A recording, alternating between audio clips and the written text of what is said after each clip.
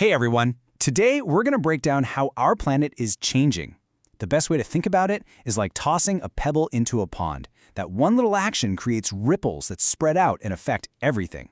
We're going to trace those ripples, starting from a single cause and following its effects all the way through our atmosphere, our oceans, and ultimately all life on Earth.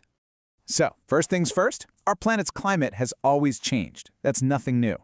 We see evidence of it in ice cores and tree rings going back thousands of years. But here's the crucial difference, and it really comes down to one thing: speed. Natural changes happen slowly, over millennia. What we're seeing today is happening incredibly fast, really accelerating over just a couple of centuries. It's the difference between a slow, gradual warming and a sudden high fever. And that speed is being driven by us. At the very heart of this rapid change are things called greenhouse gases. The easiest way to picture them is like a blanket wrapped around the Earth. And look, this blanket is a good thing.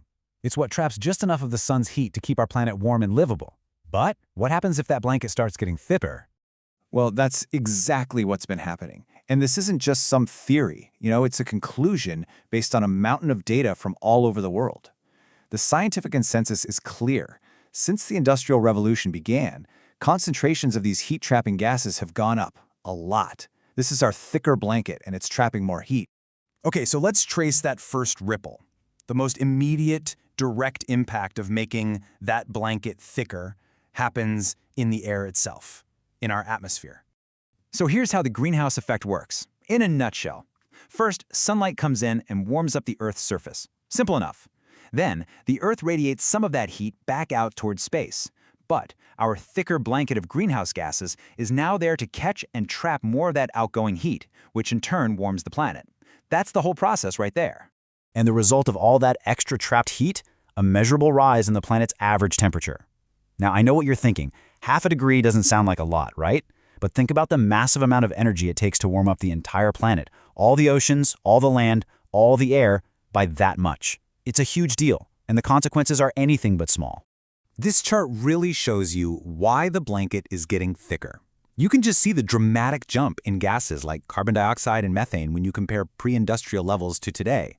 It also shows CFCs, those are chlorofluorocarbons, which were used in things like old refrigerators and spray cans. They're super powerful greenhouse gases. This is the hard data behind that thicker blanket. Now, all that extra energy in the atmosphere doesn't just sit still. It has to go somewhere. It basically acts as fuel for our weather systems, so it can take what would have been a normal storm and ramp it up, or turn a hot summer day into a dangerous heat wave. But the air is really just the beginning of the story. This is where our ripple analogy comes back in. All that energy trapped in the atmosphere, well, it starts to spread. And the next place that ripple hits is our massive oceans, which, as you know, cover most of our world. So for our second ripple, let's dive into the profound impact this atmospheric warming is having on our planet's oceans, from the icy poles all the way to the tropical reefs. The physical impacts are pretty striking. It's simple, really. A warmer planet means more melting ice, and we're talking about massive amounts of it, from the huge glaciers in places like Greenland to the vast ice sheets in Antarctica. All that meltwater has to go somewhere, and it's flowing right into our oceans, causing sea levels to rise around the globe. And this isn't some far-off abstract problem. It directly affects a huge number of people. Roughly half of the entire world's population lives near the coast. So when sea levels rise and storms get more powerful, it becomes a direct threat to people's homes, to their communities, and to their lives. It's not just the water level that's changing either. It's the life within the water. And one of the most visible and frankly heartbreaking signs of this is something called coral bleaching. See, corals have these tiny, colorful algae living inside them that they depend on for food. When the water gets too warm, the corals get stressed out, and they basically evict their little algae roommates. Without them, the coral turns a ghostly white. And as you can see, it's not just one thing. Warmer water is the biggest stressor, for sure, and that's a direct result of global warming. But it's also things like increased UV radiation, which can happen when the ozone layer thins out. It's a really powerful example of how all these different environmental systems are connected. So this warming doesn't just create totally new problems, it can also take existing natural weather patterns and just supercharge them. Take El Niño, for example. That's a natural warming cycle in the Pacific Ocean. But when you start from a warmer baseline temperature, the effects of an El Niño event can get amplified, leading to way more severe droughts in one part of the world and much worse flooding in another. All right, so we've followed the ripple from the air into the water. Now let's trace that final ripple outward and look at how all these changes are affecting the incredible variety of life on our planet. Before we dive in, let's just make sure we're on the same page about what biodiversity actually means. It's not just about counting the number of different animal species.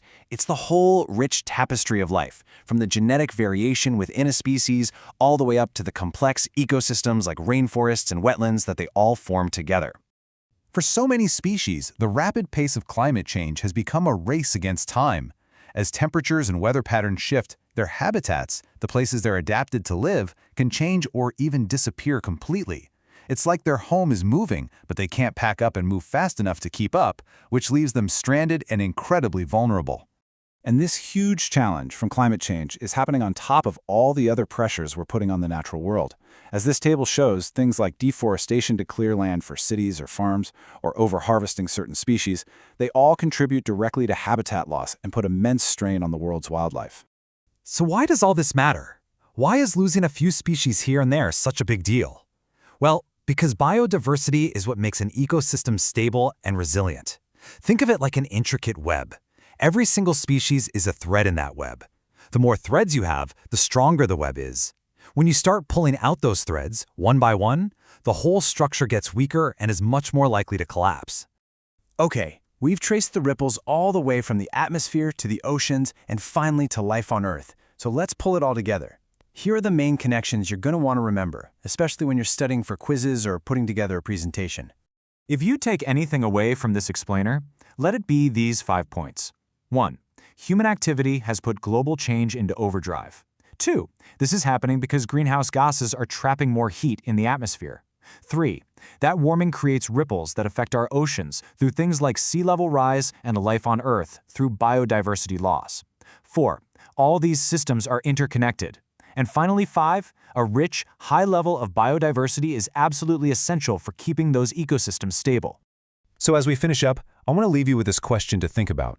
If we can understand how one ripple leads to the next, it doesn't just help us see the challenges we're facing. It also helps us start to predict what might come next, and maybe, just maybe, figure out how to calm the waters. Thanks for listening.